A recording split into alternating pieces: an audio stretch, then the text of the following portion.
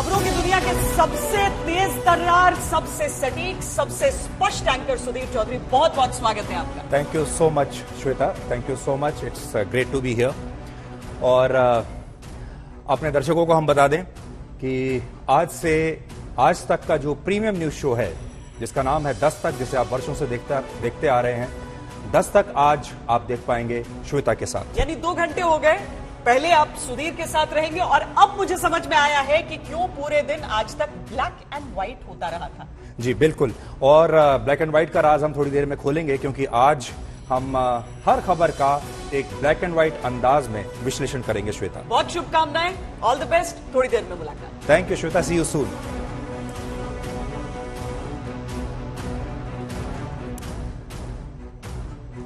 नमस्कार, मैं हूं सुधीर चौधरी और आज तक पर इस नए शो में आपका बहुत बहुत स्वागत है। और इस शो का नाम है ब्लैक एंड व्हाइट। मैं जानता हूं कुछ वर्षों में आपको एक खास लाइन सुनने की और मुझे एक खास लाइन बोलने की आदत सी पड़ गई थी। हम दोनों को ही इस रिश्ते की एक आदत पड़ गई थी, लेकिन अब आपके और हमारे इस रिश्ते का एड्रेस यानी पता बदल गया है और वो नया पता है ये स्टूडियो यानी आज तक। लेकिन रिश्ता वही पुराना रहेगा, अंदाज भी वही रहेगा और हर रात 9 बजे विश्लेषण देखने की आपकी जो आदत है वो भी ऐसे ही बनी रहेगी। बस हमारा परिवार अब और बड़ा हो जाएगा, क्योंकि आज तक के करोड़ों दर्शकों के साथ ये नया रिश्ता आज से शुरू हो रहा है। और इस नए रिश्ते की शुरुआत से पहले मैं उन तमाम करोड़ों दर्शकों का हाथ जोड़कर धन्यवाद देना चाहता हूं जिन्होंने वर्षों तक मुझ पर भरोसा किया और इतना प्यार दिया। और मैं आज तक के उन करोड़ों दर्शकों के भरोसे के लिए भी आज बहुत उत्साहित हूं, उत्सुक हूं और उम्मीद करता हूं कि उन्हें ये ब्लैक एंड व्हाइट विश्लेषण जरूर पसंद आएगा। आप सोच रहे होंगे कि ब्लैक एंड व्हाइट का कॉन्सेप्ट क्या है, यही नाम क्यों? तो हम आपको समझा देते हैं। आजकल खबरों की दुनिया में चारों तरफ कंफ्यूजन है, खबरों में आपको स्पष्टता नहीं मिलती, हर तरफ ग्रे का बोलबाला है, यानी हर तरफ कंफ्यूजन के मटमैले बादल छाए हुए हैं जिनकी छाया में खबर कहीं छुप जाती है। लेकिन सत्य सूर्य की तरह होता है, उसे ज्यादा दिनों तक छुपाकर नहीं रखा जा सकता। और सच का यही सूर्य आपको ब्लैक एंड व्हाइट विश्लेषण में यहां इस स्टूडियो में दिखाई देगा। सच और झूठ, सही और गलत अब आपको दिन और रात की तरह बिल्कुल स्पष्ट दिखाई देंगे। इसलिए इस नए शो का नाम हमने ब्लैक एंड व्हाइट रखा है, जिसमें ग्रे की कोई गुंजाइश नहीं है। लेकिन यह मत समझिएगा कि शो का नाम ब्लैक एंड व्हाइट है तो इसमें रंग नहीं होंगे। रंग जरूर होंगे, इसमें उम्मीदों के रंग होंगे, खुशियों के रंग होंगे और इस कार्यक्रम के जरिए हम सब मिलकर आपके जीवन में हर रोज नए नए रंग भरते चले जाएंगे। तो चलिए शुरुआत करते हैं आज के ब्लैक एंड व्हाइट विश्लेषण से। हमारे देश में शादियां जाति देखकर होती हैं, कई बार नौकरियां भी जाति देखकर दी जाती हैं, लेकिन क्या आपने कभी भारतीय सेना के सैनिकों की जाति जानने की कोशिश की है? आज विपक्ष के कुछ नेताओं ने आरोप लगाया कि भारतीय सेना में युवकों की भर्ती से पहले उनकी जातियां पूछी जा रही हैं। यह आरोप एक बहुत बड़ा विवाद बन गया और आज हम इसी आरोप का एक ब्लैक एंड व्हाइट विश्लेषण करेंगे और आपको बताएंगे कि कैसे विपक्ष ने बिना होमवर्क किए भारतीय सेना को अपनी राजनीति का एक शस्त्र बना लिया। इसके बाद हम भारत के करोड़ों हवाई यात्रियों की सुरक्षा से हो रहे खिलवाड़ का विश्लेषण करेंगे। क्या आपने ध्यान दिया कि पिछले कुछ हफ्तों से लगातार फ्लाइट्स में तकनीकी खराबी के मामले सामने आ रहे हैं, बार बार इमरजेंसी लैंडिंग्स हो रही हैं और आज भी गो एयर की 2 फ्लाइट्स में तकनीकी खराबी हुई। यह मामला बहुत गंभीर है। पिछले 2 दिन से नागरिक उड्डयन मंत्री ज्योतिरादित्य सिंधिया, डीजीसीए और एयरलाइन कंपनियों के साथ मीटिंग्स चल रही हैं और डीजीसीए ने मौके पर जांच करने के बाद यह पाया कि नियमों का पालन एयरलाइंस ठीक से कर नहीं रही हैं। यानी आपने जो फ्लाइट का टिकट खरीदा है उस पर सुरक्षित सफर की कोई गारंटी नहीं है। हम आपके लिए आज इस खबर का एक ब्लैक एंड व्हाइट विश्लेषण करेंगे, क्योंकि तकनीकी खराबी जैसे शब्द के पीछे आपके साथ हो रही लापरवाही को बर्दाश्त नहीं किया जा सकता। और आजकल उमस वाली गर्मी से आपका दम जरूर घुट रहा होगा। इन दिनों 35 डिग्री के तापमान में भी आपको 55 डिग्री वाले पसीने छूट रहे होंगे। ना पंखा काम करता है और ना कूलर, और एसी का बिल आपकी कमर तोड़ रहा होगा। लेकिन बड़ी बात यह है कि अपने सुहावने मौसम के लिए मशहूर यूरोप के देश भी आजकल गर्मी से जल रहे हैं, तप रहे हैं। ब्रिटेन के लोगों ने अपने पूरे जीवन काल में 40 डिग्री की गर्मी पहली बार महसूस की है। लंदन के एक हवाई अड्डे पर गर्मी की वजह से एक पूरी की पूरी हवाई पट्टी पिघल गई। तो आज इसका भी एक ब्लैक एंड व्हाइट विश्लेषण हम आपके लिए करेंगे। आज हमारे देश के महान क्रांतिकारी मंगल पांडे का जन्मदिन है और देखिए विपक्ष ने आज ही के दिन सैनिकों की भर्ती पर कैसा विवाद खड़ा किया। क्या सैनिक की भी कोई जाति होती है? देश के विपक्षी नेताओं और सोशल मीडिया एक्टिविस्ट्स ने भारतीय सेना को जातिवादी होने का तमगा दिया है। इस विवाद की शुरुआत आज सुबह आरजेडी नेता तेजस्वी यादव और आम आदमी पार्टी के सांसद संजय सिंह ने की। इन दोनों नेताओं ने अग्निपथ भर्ती वाले फॉर्म का एक स्क्रीनशॉट लेकर उसे शेयर किया। इसमें भर्ती के लिए जाति प्रमाण पत्र और धर्म की जानकारी मांगी गई थी। विपक्ष के नेताओं ने यह आरोप लगाया कि अग्निपथ स्कीम के तहत जाति के आधार पर भर्तियां की जा रही हैं। इन ट्वीट्स के बाद भारतीय सेना की भर्ती प्रक्रिया पर सवाल उठने लगे। लेकिन हम आपको इन आरोपों और इनकी सच्चाई के बारे में आज विस्तार से बताएंगे। सबसे पहले तो आप यह जान लीजिए कि भारतीय सेना में भर्ती के लिए जाति और धर्म पूछे जाने का प्रावधान आज का नहीं है, बल्कि बहुत पुराना है। यह नियम आजादी से पहले से चलता आ रहा है। इसमें कभी कोई छेड़छाड़ नहीं की गई। सुनने में भले ही यह जातिवादी व्यवस्था लगती हो, लेकिन सेना की भर्ती में जाति का कभी भी कोई आधार नहीं रहा। यह व्यवस्था हर सरकार के दौरान सेना की भर्ती प्रक्रिया का हिस्सा बनी रही है। ऐसा नहीं है कि यह पहली बार हो रहा है। जाति आधारित भर्ती किए जाने के गलत आरोपों पर बीजेपी ने विपक्षी नेताओं पर सेना को बदनाम करने का आरोप लगाया। 2013 में ही एक सत्यपत्र अर्थात एफिडेविट सबमिट करके भारत की सेना ने सुप्रीम कोर्ट में अपने मत को स्पष्ट किया था और कहा था कि there is no role in the selection process as far as caste is concern. क्या यह कांग्रेस पार्टी नहीं जानती? क्या यह आम आदमी पार्टी नहीं जानती? फिर भी इंडियन आर्मी को अखाड़े में घसीट के लाना और उसके साथ दो दो हाथ करने की यह प्रवृत्ति उचित नहीं है। कहीं ना कहीं यह राजनीति करते करते देश की आर्मी को बदनाम करने का काम है। भारतीय सेना की देशभक्ति और क्षमता पर भारत के दुश्मनों को भी कभी कोई शक नहीं रहा, लेकिन हमारे ही देश के अंदर मौजूद कुछ लोग अक्सर इसी शंका से घिरे रहते हैं। भर्ती के लिए जाति और धर्म भले ही पूछा जाता है, लेकिन सच्चाई यही है कि हर भारतीय सैनिक की एक ही जाति है और वो है हिंदुस्तानी। भारतीय सेना की स्थिति यह है कि बाहरी दुश्मनों से निपटने के बाद उन्हें अपने ही देश में जगह जगह जवाब देना पड़ता है। उन्हें विपक्ष के नेताओं को भी जवाब देना है, उन्हें मीडिया को भी जवाब देना है। उन्हें हर बार यह साबित करना है कि देश की सुरक्षा के लिए जो वीरता उन्होंने दिखाई वो जरूरी थी। उन्हें अदालत को भी जवाब देना पड़ता है। पत्रिकाओं में कॉलम लिखने वाले मानव अधिकारों के चैंपियंस को भी जवाब देना पड़ता है। मतलब ये कि सेना को देश विरोधी ताकतों से भी लड़ना है और देश के अंदर ही मौजूद सेना विरोधी ताकतों को भी उन्हें जवाब देना है। पूर्व सीडीएस जनरल बिपिन रावत ने एक बार इसी स्थिति को अपनी एक थ्योरी के जरिए बयां किया था और उस थ्योरी का नाम था 2.5 फ्रंट थ्योरी। इसमें एक फ्रंट पर पाकिस्तान है, दूसरे फ्रंट पर चीन है और आधे फ्रंट पर हमारे देश के ही अंदर बैठे हमारे दुश्मन हैं। भारतीय सेना जिन दुश्मनों से हमें बचाती है वो चीन और पाकिस्तान जैसे देश हैं, जहां सेना को सुप्रीम पावर माना जाता है। चीन की सेना को सैन्य कार्रवाई के लिए सिर्फ वहां के राष्ट्रपति शी जिनपिंग को जवाब देना है। वहां लोकतंत्र नहीं है, विपक्ष का कोई अर्थ ही नहीं है और वहां पर मानवाधिकार कार्यकर्ताओं की कोई नहीं सुनता। दूसरी तरफ पाकिस्तान में भी सेना को किसी बात का जवाब देने की जरूरत नहीं, कोई जवाबदेही नहीं है उनकी। वहां की सेना के पास एक फ्री हैंड है और सेना के हाथ में एक रिमोट कंट्रोल है जिससे वो पाकिस्तान की चुनी हुई सरकार को भी कंट्रोल करती है। अब आप सोचिए, ऐसी सेनाओं के सामने भारतीय सेना के हाथ विपक्ष के सवालों से बंधे हुए दिखते हैं। बंधे हुए हाथों वाली हमारी सेना को उनसे भिड़ना है जो किसी के प्रति जवाबदेह नहीं है। मशहूर अमेरिकी लेखक मार्क ट्वेन ने एक बार कहा था, सच जब तक अपने जूते पहन रहा होता है तब तक झूठ आधी दुनिया का सफर तय कर चुका होता है। आज अग्निपथ स्कीम को लेकर विपक्षी नेताओं ने भी यही किया है। एक ट्वीट करके भ्रम फैला दिया, सेना और सरकार को कटघरे में खड़ा कर दिया और अब यह स्थिति हो गई कि सरकार पूरे दिन सफाई देती रही। मैं यह स्पष्ट कर देना चाहता हूं कि यह पूरी तरह से अफवाह है। जो पहले व्यवस्था थी माने आजादी के पहले से वही व्यवस्था अब तक जो है चली आ रही है, उसमें कहीं पर कोई परिवर्तन नहीं हुआ है। लेकिन जाति की जो मांग की गई है सर, मैं जो कह रहा हूं जो पुरानी व्यवस्था रही है वही व्यवस्था चली आ रही है।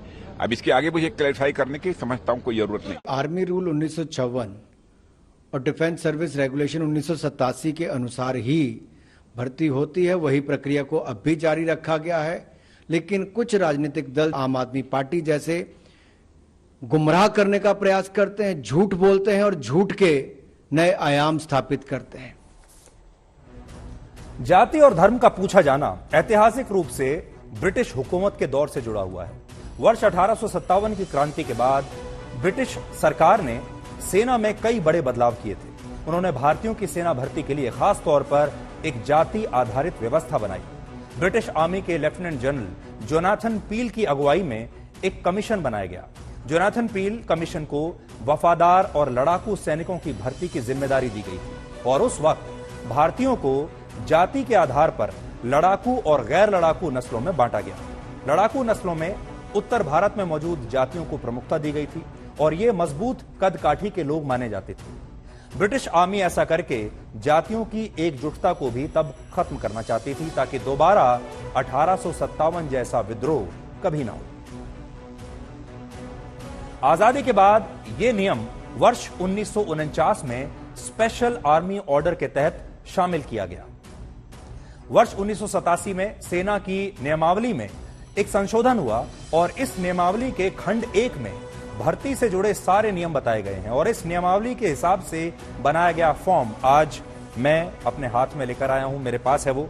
ये पहले आप देखिए, ये सेना की वो विनियमावली है जिसके बारे में मैं बात कर रहा था और इसका फॉर्म भी मैं लेकर आया हूं और फॉर्म में क्या लिखा है बताता हूं आपको। फॉर्म नंबर 1 में सैनिक भर्ती के लिए व्यक्तिगत जानकारियां मांगी गई है और इस फॉर्म के कॉलम 6A में जाति, धर्म और उपधर्म की जानकारी मांगी गई है और कॉलम 6C में जाति प्रमाण पत्र मांगा गया है। यह कागज देखकर पता चलता है कि जिस नियम को लेकर सेना की भर्तियों में जातिवाद का आरोप आज लगाया जा रहा है, यह नियम बहुत पुराना है और पिछले कई वर्षों से, दशकों से सेना में भर्ती के लिए निकल रहे फॉर्म्स में हर बार, हर साल यही जानकारी मांगी जाती रही है। तब किसी को कोई समस्या नहीं हुई, किसी विपक्षी नेता ने तब कभी कोई सवाल नहीं उठाया। ये सवाल आज उठ रहे हैं। जाति और धर्म की जानकारी मांगने के पीछे एक खास परंपरा है। दरअसल युद्ध की स्थिति में शहीद सैनिकों के अंतिम संस्कार से जुड़े क्रियाक्रम में भी इस जानकारी का इस्तेमाल किया जाता है ताकि शहीद को उचित सम्मान दिया जा सके। अब आपने देखा होगा कि हमारा विपक्ष लगातार गलतियां कर रहा है और बिना होमवर्क और रिसर्च किए ऐसे मुद्दे उठा रहा है। विपक्ष ने हाल ही में 3 गलतियां की हैं जो आज हम आपको बताना चाहते हैं। पहली गलती, बिना तथ्य जाने अग्निवीर योजना में भर्ती के लिए सैनिकों की जाति पूछने का उन्होंने मुद्दा उठाया। ये पहली गलती है और बाद में पता चला कि जाति पूछने की परंपरा अंग्रेजों के जमाने से चली आ रही है, लेकिन इसका सेना में भर्ती से कोई लेना देना नहीं है। लेकिन हमारे विपक्ष के नेताओं ने इस पर कोई रिसर्च नहीं की। अब देखिए विपक्षी गलती नंबर 2, असंसदीय शब्दों की सूची को लेकर भी हाल ही में विपक्ष ने बिना तथ्यों की जांच पड़ताल किए यह मुद्दा उठा लिया था और इसे अभिव्यक्ति की आजादी से जोड़ दिया था। आपको याद होगा, इसी हफ्ते की बात है।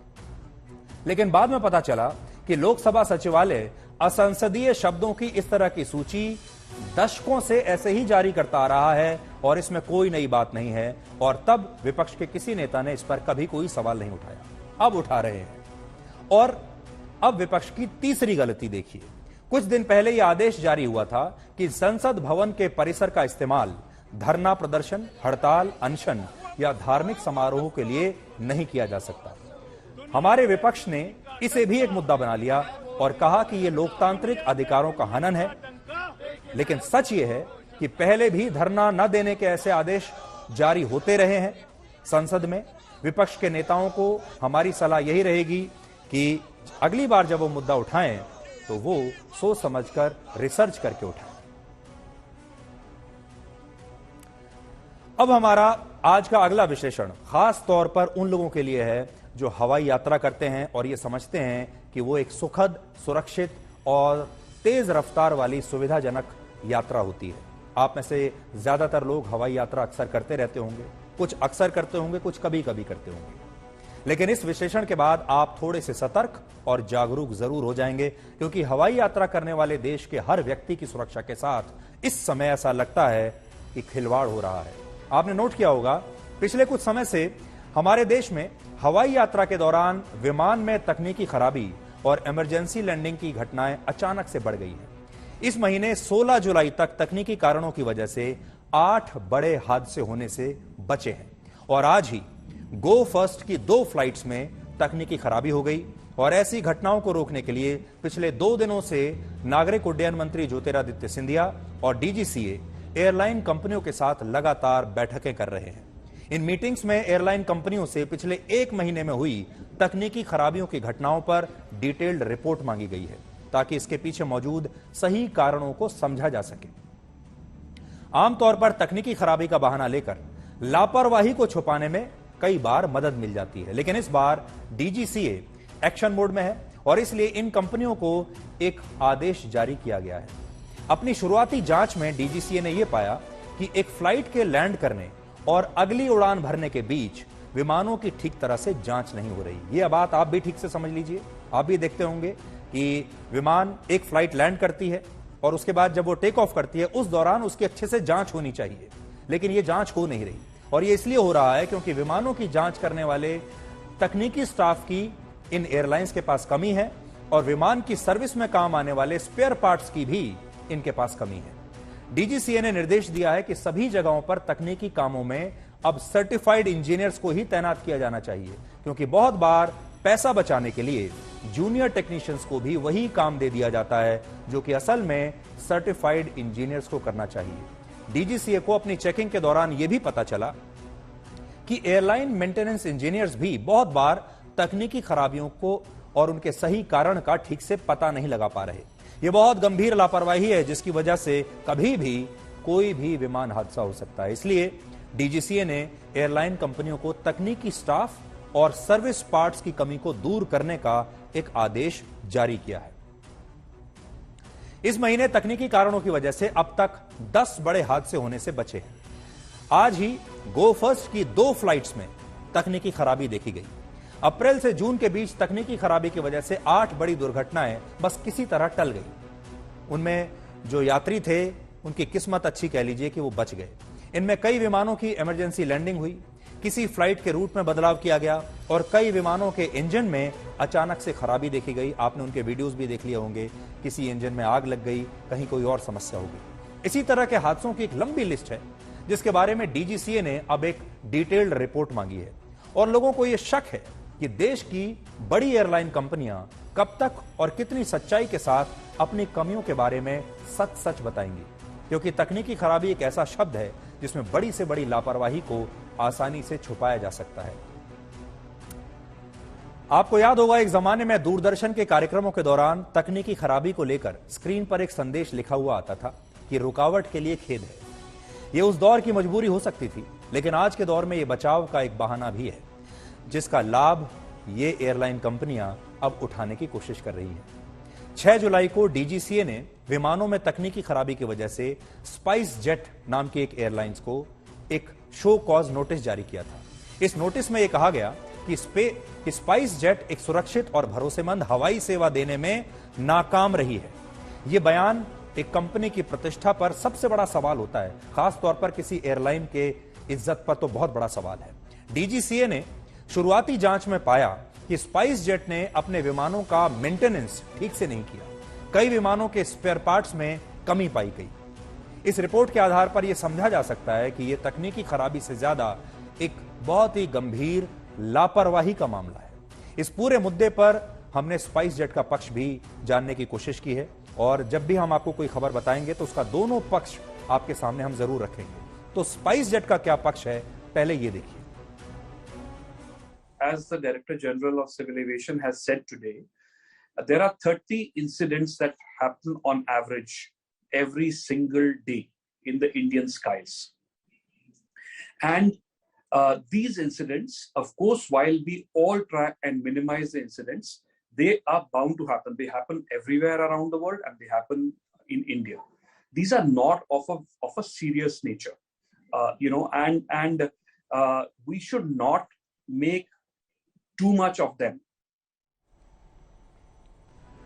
ये अकेले एक एयरलाइन यानी स्पाइस जेट का मामला नहीं है। ऐसी कई एयरलाइन कंपनियां हैं जो विमानों के रखरखाव में लापरवाही कर रही हैं और इसके पीछे के कारणों को एकदम ब्लैक एंड व्हाइट में देखना आज बहुत जरूरी है। इसका सबसे बड़ा कारण है विमान कर्मचारियों की सैलरी में भारी कटौती, जिससे बहुत से कर्मचारी अपनी कंपनियों से नाराज हैं। कोरोना महामारी के दौरान वर्ष 2020 और 21 में विमान सेवाएं बंद होने के बाद, जब आपको याद होगा एयरलाइंस बंद हो गई थी, भारत की एयरलाइन कंपनियों को 15,000 करोड़ रुपए का घाटा हुआ था। 15,000 करोड़ रुपए। इसलिए इन कंपनियों ने अपने कर्मचारियों की सैलरी में 40% तक कटौती की। इसके अलावा बहुत से कर्मचारियों को नौकरी से भी निकाल दिया गया और कई लोगों को बिना सैलरी के छुट्टी पर भेज दिया गया। आपको जानकर हैरानी होगी कि विमान के टेक्निकल स्टाफ की शुरुआती सैलरी 8,000 रुपए से शुरू होती है और एक जूनियर टेक्नीशियन की सैलरी करीब 17,500 रुपए तक होती है। लेकिन कोरोना महामारी के दौरान इन्हीं कर्मचारियों की सैलरी घटाकर 12,000 रुपए तक कर दी गई। लेकिन विरोध होने पर इस साल जनवरी में इसे बढ़ाकर 15,000 रुपए कर दिया गया। कर्मचारी अब भी इससे नाराज हैं। इसके अलावा केबिन क्रू और पायलट्स की सैलरी भी कोरोना काल में घटा दी गई थी, जिसे अभी तक बहाल नहीं किया गया है। अब आप सोचिए, अपनी कंपनी से नाराज कर्मचारी पूरी मेहनत और ईमानदारी से आखिर कब तक अपना काम कर सकते हैं, खासतौर पर तब जब काम हवाई जहाज की उड़ान और उसकी सुरक्षा से जुड़ा हो, तो मामला बहुत संवेदनशील हो जाता है। जुलाई की शुरुआत में इंडिगो और गो एयर के तकनीकी स्टाफ के ज्यादातर कर्मचारी कम सैलरी के विरोध में बीमारी का बहाना बनाकर छुट्टी पर चले गए और यह बात सामने आई कि ये तमाम कर्मचारी दूसरी एयरलाइन कंपनियों में असल में इंटरव्यू देने के लिए गए थे। आप एयरलाइन कंपनियों के घाटे पर आज गौर कीजिए। 2020 और 21 में एयर इंडिया को 4,700 करोड़ रुपए, इंडिगो को 5,829 करोड़ रुपए, विस्तारा को 1,609 करोड़ रुपए, एयर एशिया को 1,396 करोड़ और गो एयर को 1,333 करोड़ रुपए का घाटा हुआ। एक अनुमान के मुताबिक वर्ष 2022 में एयरलाइन कंपनियों का घाटा 15,000 करोड़ से बढ़कर 26,000 करोड़ रुपए का हो जाएगा। अब खुद सोचिए, ये तमाम एयरलाइंस इस घाटे की भरपाई आखिर कहां से करेंगी? एविएशन सेक्टर एक बहुत ही प्राइस सेंसिटिव सेक्टर माना जाता है, यानी दामों के प्रति यह सेक्टर बहुत संवेदनशील है।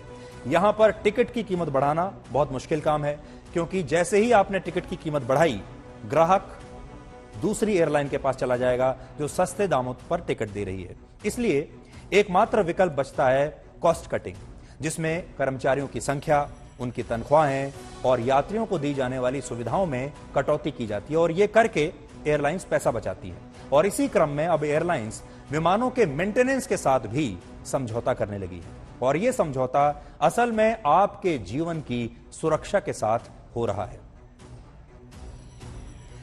इसमें कोई शक नहीं कि कोरोना काल के दौरान पूरी दुनिया की अर्थव्यवस्थाओं को बहुत नुकसान हुआ, लेकिन अब अर्थव्यवस्थाएं अपने पुराने दौर में लौट रही है। हालांकि कई एयरलाइन कंपनियां अब भी पुरानी सैलरी सिस्टम को बदलना नहीं चाहती, जबकि हवाई यात्रियों की संख्या में रिकॉर्ड तोड़ इजाफा हुआ है, लेकिन एयरलाइन कंपनियां अभी भी पुराने जमाने की सैलरी दे रही हैं।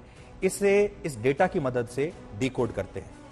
कोरोना काल से पहले 2019 और 20 में भारत में घरेलू और अंतर्राष्ट्रीय उड़ानों में कुल मिलाकर 20 करोड़ 42 लाख लोगों ने हवाई यात्रा की थी। हमारे देश में 20 करोड़ 42 लाख लोगों ने एक साल में हवाई यात्रा की। यह संख्या 2021 और 22 में घटकर सिर्फ 6 करोड़ 20 लाख रह गई कोरोना की वजह से। पिछले साल कोरोना की दूसरी लहर के दौरान मई 2021 में डोमेस्टिक फ्लाइट्स लेने वाले यात्रियों की संख्या सिर्फ 21 लाख थी, जो इस साल मई 2022 में बढ़कर 1 करोड़ 20 लाख हो गई, यानी यात्रियों की संख्या 5 गुना ज्यादा हो गई। इसके अलावा पिछले एक साल में हवाई किराए भी लगभग 2 गुना बढ़ चुके हैं, लेकिन एयरलाइंस अपने कर्मचारियों की सैलरी उस हिसाब से बढ़ाना नहीं चाहती। अब सोचिए, अगर एक पायलट डिप्रेशन में हो, परेशान हो, नाराज हो, गुस्से में हो, तो वो कितना घातक सिद्ध हो सकता है। यह बात वर्ष 2015 में जर्मनी में हुई एक विमान दुर्घटना से आप समझ पाएंगे। जर्मन विंग्स नाम की एक एयरलाइन के एक पायलट ने अचानक विमान को पहाड़ों में ले जाकर क्रैश कर दिया था, जिसमें 156 लोग मारे गए। जितने भी यात्री थे सभी मारे गए, एक भी नहीं बचा। जांच में पता चला कि इस पायलट ने जानबूझकर ऐसा किया था क्योंकि वो पायलट डिप्रेशन में था। इसलिए आज हम आपसे कह रहे हैं, अगली बार जब आप किसी भी फ्लाइट की टिकट बुक कराएं तो बहुत सावधानी से कराइए। उस एयरलाइन का बैकग्राउंड ठीक से चेक कीजिए। उस एयरलाइन की जो सेफ्टी मेजर्स हैं वो किस तरीके से अपने यात्रियों को सुरक्षित रख रही है, उसके प्लेन्स की मेंटेनेंस क्या है, ये सारी चीज़ों को ध्यान से देखिए। और हमारा मकसद आपको जागरूक करने का है। आप कहेंगे कि आपको कैसे पता चलेगा, यही हमारा मकसद है। और इसी तरह ब्लैक एंड व्हाइट विश्लेषण के जरिए हम आपको जागरूक करना चाहते हैं, आपको जानकारियां देना चाहते हैं, ताकि अगली बार जब आप बाहर जाएंगे तो आप कहीं ज्यादा मजबूत होंगे अपनी इस जानकारी की वजह से।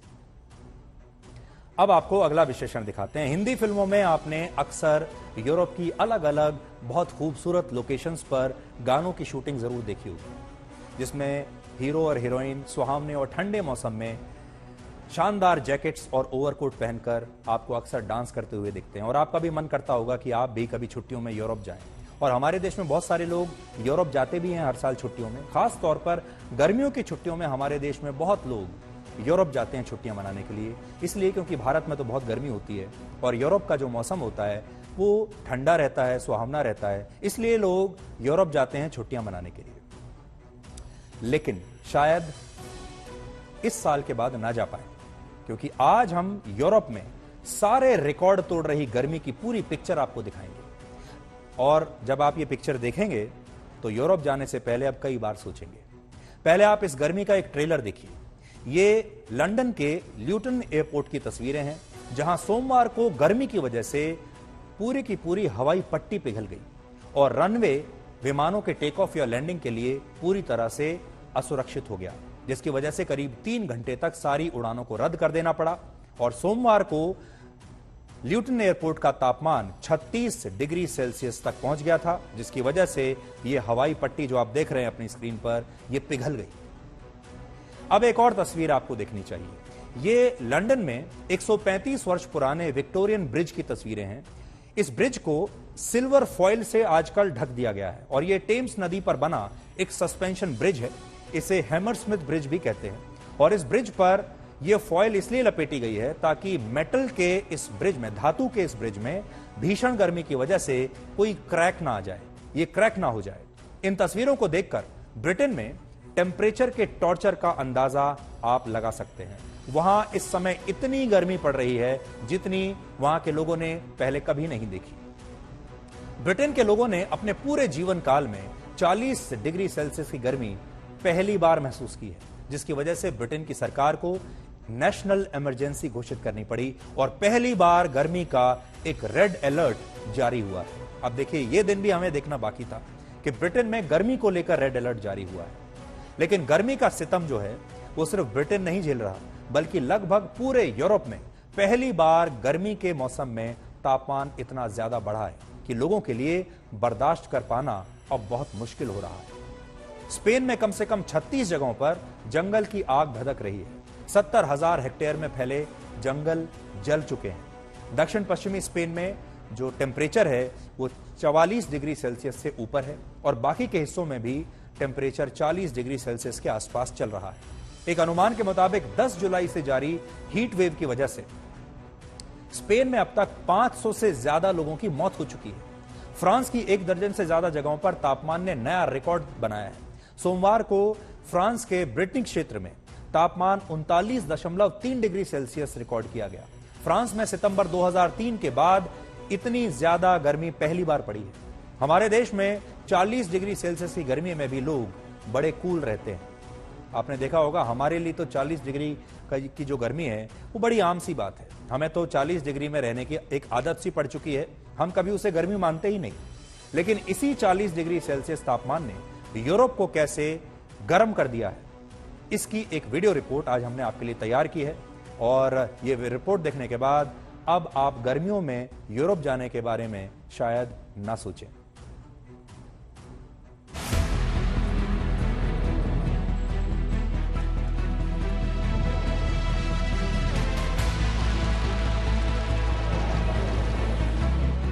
स्पेन के जमोरा प्रोविंस के जंगलों में आग की लपटें उठ रही हैं।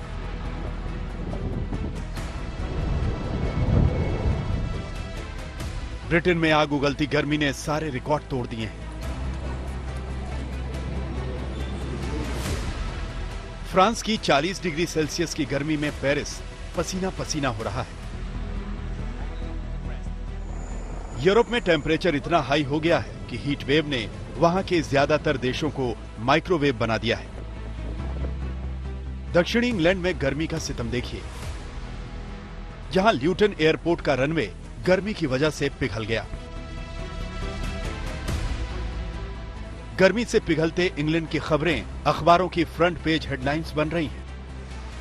If I may say so, these commitments around net zero have never been more vitally important as we all swelter under today's alarming record temperatures across Britain and Europe. And as I've tried to indicate for quite some time, the climate crisis really is a genuine emergency, and tackling it is utterly essential for Cornwall, the country and the rest of the world. Britain में एक तरफ जहां member of parliaments अपने प्रधानमंत्री को चुनने की गर्मा गर्म बहस कर रहे हैं, वहीं पार्लियामेंट का ये हिस्सा जो ज्यादातर कांच से बना है, उसका एक होम हब जहां एमपीज के ऑफिस भी हैं और वीजा का दफ्तर भी है, वो गर्म मौसम के चलते बंद कर दिया गया है। और आप देखिए इस तरफ अगर हम जाएं तो हैमरस्मिथ ब्रिज है। हैमरस्मिथ के पास विक्टोरिया ब्रिज है जिसे फॉइल में लपेट दिया गया है ताकि लोग उसका इस्तेमाल कर सकें, उसे गर्म मौसम के चलते उस पर आघात नहीं पहुंचे, वो खराब ना हो। ये पहली मर्तबा है कि इस तरह का मौसम यहाँ लंदन में है और ये सीधा इसका ताल्लुक क्लाइमेट चेंज की बहस से है, जो एक बहुत बड़ा मुद्दा अब लीडरशिप कैंपेन और ब्रिटेन के प्रधानमंत्री को चुनने में बन जाएगा। स्पेन में तो गर्मी आसमान से आग बरसा रही है और ये आग हजारों हेक्टेयर के जंगलों में फैल चुकी है। स्पेन के जंगलों में लगी आग इतनी तेजी से फैल रही है कि उसे बुझा पाना तो दूर, उससे जान बचा पाना मुश्किल हो रहा है। बार्सिलोना के जंगलों में लगी आग को काबू करने में 350 फायर फाइटर्स और 100 प्लेन्स के पसीने छूट गए। स्पेन के जमोरा में यह आग पटरियों के इतना नजदीक पहुंच गई कि ऐसा लग रहा है जैसे पूरी ट्रेन आग की लपटों में घिरी है। कूल रहने वाले यूरोप के लोग कैसे गर्मी से हाय हाय कर रहे हैं, पेरिस में आईफिल टावर के आसपास की ये तस्वीरें बता रही हैं। गर्मी से बचने के लिए फ्रांस के लोग या तो स्विमिंग पूल में नहा रहे हैं या समंदर के पानी में डूबकर गर्मी से राहत पा रहे हैं। जंगलों में तो और भी बुरा हाल है।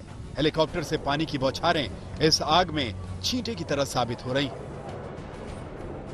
ब्रिटेन, स्पेन, फ्रांस, पुर्तगाल, इटली समेत यूरोप के ज्यादातर देशों में भीषण गर्मी से पिछले सारे रिकॉर्ड पिघल चुके हैं। यूरोप में मौसम के बदलते तेवर ने अपना असर दिखाना शुरू कर दिया है, जिसे साइंटिस्ट जलवायु परिवर्तन का साइड इफेक्ट डिक्लेयर कर चुके हैं और वार्निंग दे रहे हैं कि यूरोप की ये गर्मी तो आने वाले सालों का सिर्फ ट्रेलर है। लंदन से लवीना टंडन के साथ आज तक ब्यूरो। इस समय यूरोप ही नहीं, पूरा अफ्रीका और अमेरिका के भी बहुत सारे हिस्सों में भीषण गर्मी पड़ रही है। अमेरिकी स्पेस एजेंसी नासा ने सैटेलाइट से ली गई पृथ्वी की एक बड़ी दिलचस्प तस्वीर जारी की है। आप देखिए, इस सैटेलाइट तस्वीर को देखकर ऐसा लग रहा है मानो पूरी पृथ्वी इस समय जल रही है। इस सैटेलाइट तस्वीर में आपको 4 रंग नजर आएंगे, काला, लाल, ऑरेंज और नीला। काले रंग वाले हिस्से 45 डिग्री या उससे ज्यादा तापमान वाले इलाके हैं, जिनमें यूरोप के भी कई देश आपको दिखाई देंगे। उत्तर भारत के भी कुछ इलाकों में इसी तरह का काला रंग आपको दिखाई देगा। इसका मतलब है कि उन इलाकों में बहुत गर्मी पड़ रही है। इसके अलावा पृथ्वी का एक बड़ा हिस्सा लाल रंग में है, जहां तापमान 45 डिग्री सेल्सियस से तो कम है, लेकिन 40 डिग्री से ज्यादा है। ऑरेंज रंग जो है वो 40 डिग्री से कम गर्मी वाले इलाकों की पहचान है, जबकि ठंडे इलाकों को यहां पर नीले रंग से दिखाया गया है। और अब आप देखिए कि आपको पूरी पृथ्वी पर नीले रंग के इलाके सबसे कम दिखाई देंगे। और जब आप देखेंगे इस तस्वीर को तो आपको लगेगा कि शायद जैसे पूरी पृथ्वी इस समय जल रही है, चारों तरफ आपको या तो लाल रंग दिख रहा है, या ऑरेंज रंग दिख रहा है, या फिर काला रंग दिख रहा है। इस तस्वीर से स्पष्ट होता है कि ग्रीन हाउस गैसेस का एमिशन अब एक बहुत खतरनाक स्तर पर पहुंच चुका है। ग्लोबल वार्मिंग की वजह से यूरोप के उन देशों में भी तापमान 40 डिग्री को पार कर चुका है, जहां कुछ वर्ष पहले तक 20 डिग्री से ज्यादा तापमान दर्ज नहीं होता था। मौसम में होते इस बदलाव को लेकर संयुक्त राष्ट्र ने भी अपनी चिंता जताई है। Greenhouse gas concentration, sea level rise and ocean heat have broken new records. Half of humanity is in the danger zone from floods, droughts, extreme storms and wildfires. No nation is immune. This has to be the decade of decisive climate action. That means trust, multilateralism and collaboration. We have a choice, collective action or collective suicide. It is in our hands. बढ़ती गर्मी का एक side effect यह भी है कि अगर उमस ज्यादा हो तो 40 डिग्री के तापमान में भी आपको 55 डिग्री का एहसास होता है, जैसा कि आजकल आपको भारत में हो रहा होगा। अगर आप उत्तर भारत में रहते हैं तो आपने देखा होगा उमस इतनी ज्यादा है कि आपको ऐसा लगता है जैसे तापमान 50 डिग्री के ऊपर चला गया होगा। और जब आप टेम्परेचर देखते होंगे तो आपको लगता होगा टेम्परेचर तो वही है 36, 37 या बहुत ज्यादा हुआ तो 40 के आसपास, लेकिन लगता ऐसा है जैसे टेम्परेचर 50 के ऊपर चला गया है। दिल्ली में सोमवार को अधिकतम तापमान कहने को तो 38.2 डिग्री सेल्सियस था, लेकिन गर्मी का जो एहसास है वो 56 डिग्री सेल्सियस जैसा था। ऐसा ह्यूमिडिटी के बढ़ते स्तर की वजह से होता है, जो 66 से 89% के बीच इस समय चल रही है। इससे पहले गर्मी और ह्यूमिडिटी की वजह से दिल्ली में 14 जुलाई को भी तापमान, असल जो तापमान था वो तो 40 डिग्री के आसपास था, लेकिन महसूस होता था 56 डिग्री सेल्सियस जैसा। और इसीलिए आपने देखा होगा इस समय ना तो पंखे काम कर रहे हैं, ना कूलर काम कर रहे हैं, और अगर आप दिन भर एसी चलाएंगे तो एसी का जो बिजली का बिल है वो आपकी कमर तोड़ देगा। और अपने भारत में आपने ये भी देखा होगा कि बहुत सारे लोग गर्मियों से छुटकारा पाने के लिए अक्सर हिल स्टेशंस पर चले जाते हैं, लेकिन अब हम ये भी देख रहे हैं कि जब आप हिल स्टेशन पर जाते हैं तो वहां पर भी गर्मी पड़ रही है। लोग जाते हैं ये देखने के लिए कि हिल स्टेशन पर मौसम बड़ा सुहावना होगा, उन्हें गर्मियों से किसी तरीके से राहत मिलेगी, लेकिन अब आप जब हिल स्टेशन पर भी जाएंगे तो वहां पर भी ऐसा ही हाल है जैसा आपको बाकी के शहरों में देखने को मिल रहा है। और ये सब कुछ हो रहा है क्लाइमेट चेंज की वजह से। हम क्लाइमेट चेंज को पहले गंभीरता से नहीं लेते थे, अभी भी बहुत सारे लोग गंभीरता से नहीं लेते, लेकिन क्लाइमेट चेंज अब आपके घर तक पहुंच चुका है। आपके घर के बाहर खड़ा होकर दस्तक दे रहा है क्लाइमेट चेंज। और ये जो सारी परेशानियां आपको हो रही हैं, चाहे वो उमस की परेशानी हो या यूरोप में जो आप देख रहे हैं, ये सब क्लाइमेट चेंज की वजह से है। इसलिए हम आपसे अपील करेंगे कि क्लाइमेट चेंज को लेकर जागरूक रहिए, सतर्क रहिए, ताकि आपकी आने वाली जो पीढ़ियां हैं वो कम से कम वो दिन ना देखें जो आप देख रहे हैं। अब एक ऐसी खबर जिसकी तस्वीरें आज देश को एक झटके की तरह महसूस होंगी। इन तस्वीरों से पता चलता है कि हमारे देश में अवैध माइनिंग के काले कारोबार में कितने बड़े बड़े गुनाह किए जाते हैं। यह खबर दिल्ली के पास हरियाणा के नूह इलाके की है, जहां अवैध खनन करने वालों ने एक डीएसपी की आज खुलेआम हत्या कर दी। जमीन पर खाकी वर्दी को इस तरह देखना देश के किसी भी नागरिक के लिए बहुत अफसोस की बात है। यह तस्वीर जो है यह आज आपको सोने नहीं देगी। यह एक पुलिस अफसर की हत्या नहीं, एक भरोसे की हत्या है, खाकी वर्दी की शान की हत्या है, प्रशासन को चुनौती है, कानून व्यवस्था के इंतजाम को चुनौती देती है यह वारदात। और डीएसपी सुरेंद्र ने कभी सोचा भी नहीं था कि अवैध खनन रोकने पर, ईमानदारी दिखाने पर उनकी इस तरह अपराधियों द्वारा ही हत्या कर दी जाएगी। और शायद इसी विश्वास के साथ उन्होंने मौके से भाग रहे आरोपियों के डंपर के सामने आकर उस डंपर को रोकने की कोशिश की। उन्हें इस बात का भरोसा रहा होगा कि उनकी खाकी वर्दी को देखकर अपराधी रुक जाएंगे, इतनी हिम्मत नहीं दिखाएंगे कि वो उन्हें कुचल दें। लेकिन अपराधियों की हिम्मत शायद बहुत बढ़ चुकी थी और हत्यारों ने ना तो इस खाकी वर्दी का ख्याल किया और ना ही इंसानियत का ख्याल किया। बड़ा सवाल यह है कि जब बदमाशों, तस्करों और अपराधियों में वर्दी का खौफ खत्म हो जाएगा तो फिर कानून व्यवस्था का क्या होगा।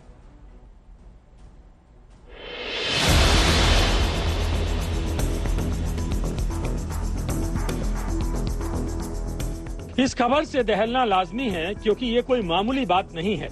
हरियाणा पुलिस के डिप्टी सुपरिटेंडेंट ऑफ पुलिस यानी डीएसपी को खनन माफिया ने डंपर से कुचल दिया। इस खबर से दहलना लाजमी है क्योंकि एक डीएसपी पर खनन माफियाओं ने बेखौफ डंपर चढ़ा दिया। इस खबर से दहलना लाजमी है क्योंकि हरियाणा में डीएसपी की दर्दनाक मौत बहुत बड़े अपराध की तरफ इशारा कर रही है। ऐसा माफिया जो अब बेकाबू हो चुका है, जिसके दिल में न पुलिस का खौफ है न सरकार का डर, तभी तो डीएसपी पर डंपर चढ़ा दिया।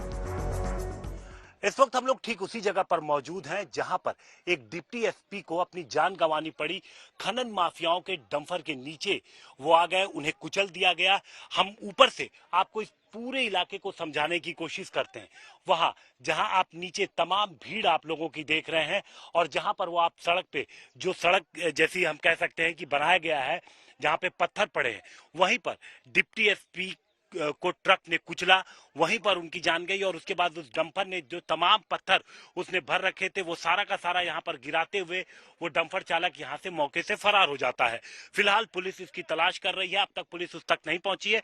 और ये दूसरी तरफ हम यहाँ पे आपको यहाँ की तस्वीरें दिखाते हैं कि किस तरीके से यहाँ पर खनन किया गया है, किस तरीके से आप देखिए तमाम पहाड़ियां आपको यहाँ पर कटी हुई नजर आएंगी। हरियाणा के नूह जिले में डीएसपी सुरेंद्र सिंह खनन माफियाओं पर रेड मारने गए थे, लेकिन बदले में मिली मौत। वारदात के करीब 4 घंटे बाद पुलिस ने आरोपियों की तलाश में आसपास के गांवों को घेर लिया और नूह तावड़ू इलाके के पंचगांव में पुलिस ने एक एनकाउंटर किया, जिसमें डंपर के क्लीनर इकरार को पैर में गोली लगी और इकरार को पुलिस ने गिरफ्तार कर लिया। खबर आ रही है कि पुलिस ने डंपर के ड्राइवर को भी घेर लिया है। दोनों पंचगांव के रहने वाले हैं। किस्म से नॉन परफॉर्मिंग गवर्नमेंट जो है, कानून व्यवस्था इतनी चरमरा गई है, हर आम आदमी अपने आप को असुरक्षित महसूस कर रहा है। कोई विधायकों का और उसका सवाल नहीं है। तो आज ना तो पुलिस सुरक्षित है इस प्रदेश में, ना विधायक सुरक्षित है, तो आम आदमी कैसे सुरक्षित रह सकता है। तो मेरा सरकार से यही है कि जो भी कदम सरकार को तुरंत उठाने चाहिए ताकि कानून व्यवस्था कायम हो और लोगों में एक विश्वास कायम हो सके। लोगों का विश्वास उठ चुका है। डीएसपी सुरेंद्र सिंह का 3 महीने बाद रिटायरमेंट था। सुरेंद्र सिंह हिसार जिले के आदमपुर के रहने वाले थे। अप्रैल 1994 को हरियाणा पुलिस में एएसआई के पद पर भर्ती हुए थे। हरियाणा सरकार ने डीएसपी सुरेंद्र सिंह के परिवार को 1 करोड़ रुपए मुआवजा और परिवार से एक व्यक्ति को सरकारी नौकरी देने का ऐलान किया है। ये बहुत एक दुर्भाग्यपूर्ण घटना है कि हमारा एक वीर डीएसपी ऑफिसर और खान माफिया के लोगों ने उसके साथ घटना की, ट्रक चढ़ा दिया, यानी उनकी मृत्यु हो गई है। बहुत ही एक इस घटना की निंदा करता हूँ और हम लोगों ने विचार किया है कि ये जो खान माफिया के लोग हैं इनको हर कीमत पर इनको निष्फल किया करेंगे, इनको अपने सारे सिस्टम को मजबूत करके इनको पकड़ेंगे। हम आपको बता दें कि अरावली की पहाड़ियों पर बड़े स्तर पर अवैध खनन किया जा रहा था। प्रशासन ने इस पर रोक लगाने के लिए 3 जून को ही उपमंडल स्तर पर एक स्पेशल टास्क फोर्स का गठन किया था, जिसमें कई विभाग के अधिकारी शामिल थे। डीएसपी सुरेंद्र सिंह बिश्नोई को भी कमान दी गई थी, लेकिन डीएसपी सुरेंद्र ने अवैध खनन को रोकने की कोशिश की तो उन्हें मिली मौत। चंडीगढ़ से सत्येंद्र चौहान के साथ हिमांशु मिश्रा, नूह आज तक।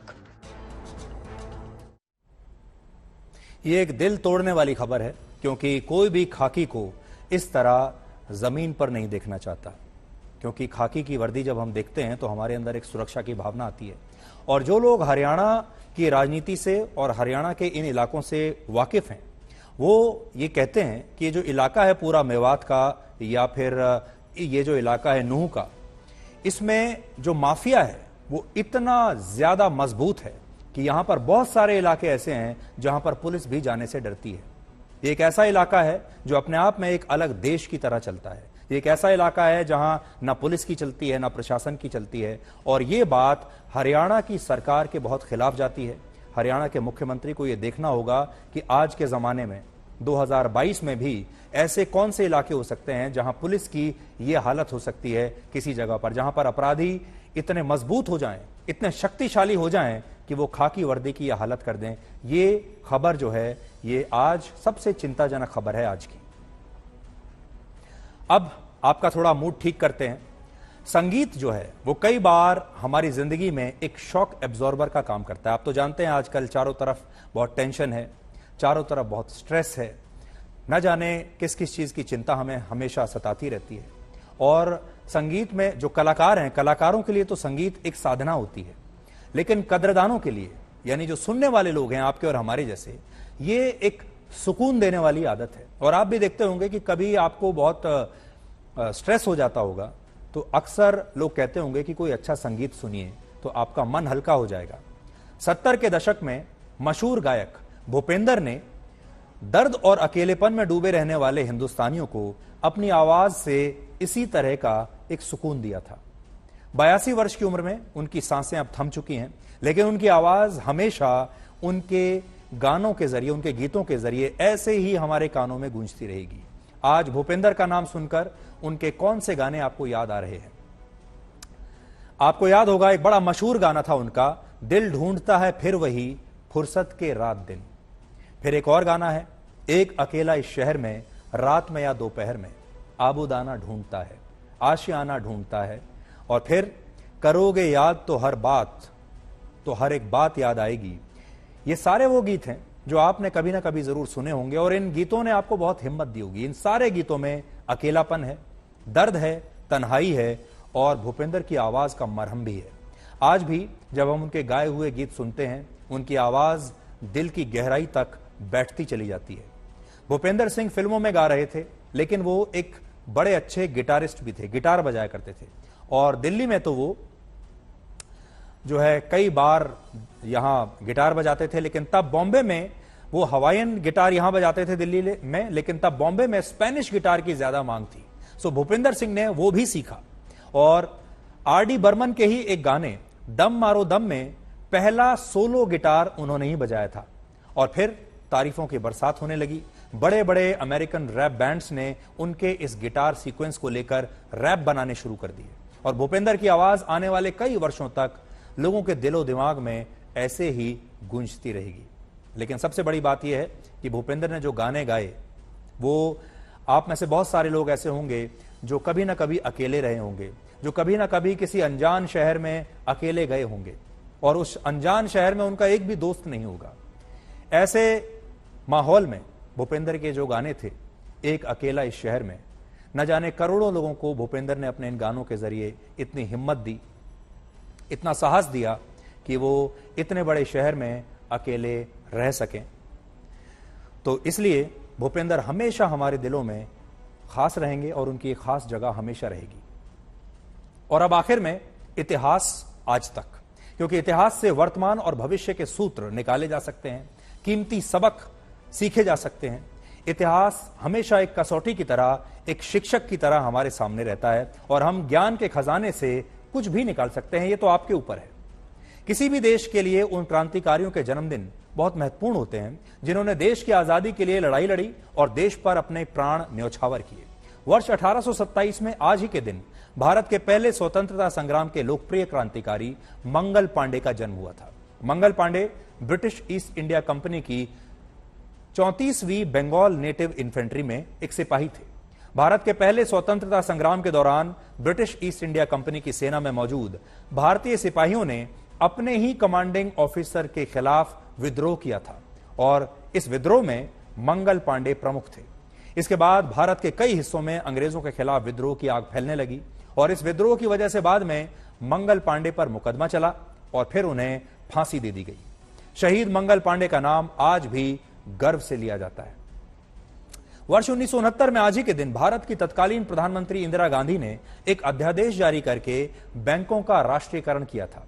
इससे पहले हमारे देश में सिर्फ स्टेट बैंक ऑफ इंडिया का ही राष्ट्रीयकरण हुआ था और भारत में 85% बैंक डिपॉजिट्स पर कमर्शियल बैंक्स का नियंत्रण था, प्राइवेट बैंक्स का नियंत्रण था। लेकिन इस फैसले से भारत के 14 बड़े कमर्शियल बैंक्स को नेशनलाइज कर दिया गया था। वर्ष 1983 में आज ही के दिन सीटी स्कैन के जरिए इंसान के सिर का पहली बार एक 3 डायमेंशनल तस्वीर प्रकाशित की गई थी। 3 डायमेंशनल इमेजिंग और सर्जिकल प्लानिंग के क्षेत्र में इसे एक बहुत बड़ा आविष्कार माना जाता है। सीटी स्कैन को एक्सरे कंप्यूटेड टोमोग्राफी भी कहते हैं। ट्यूमर्स और हेमरेज के बारे में पता लगाने के लिए अक्सर सिर का सीटी स्कैन किया जाता है। आप में से भी बहुत सारे लोगों ने अपना सीटी स्कैन कभी ना कभी करवाया होगा, और जिन्होंने नहीं करवाया, हम ये कहेंगे कि भगवान ना करे आपको जरूरत पड़े। और ब्लैक एंड व्हाइट के आखिर में आपके लिए मंगल पांडे का एक शानदार कथन। आजादी के लिए हमारी लड़ाई एक चिंगारी है जो भविष्य में विकराल रूप ले लेगी। मंगल पांडे में देश के लिए लड़ने का जज्बा था और उन्हें विश्वास था कि अगर वो अपने हिस्से का बलिदान देंगे तो देशभक्ति की लहर चलने लगेगी। ये देश प्रेम का एक अमर सूत्र है। तो आज के लिए ब्लैक एंड व्हाइट में इतना ही। अब आपसे हमारी अगली मुलाकात कल रात 9 बजे होगी। तब तक आप खुश रहिए, सुरक्षित रहिए, स्वस्थ रहिए। नमस्कार।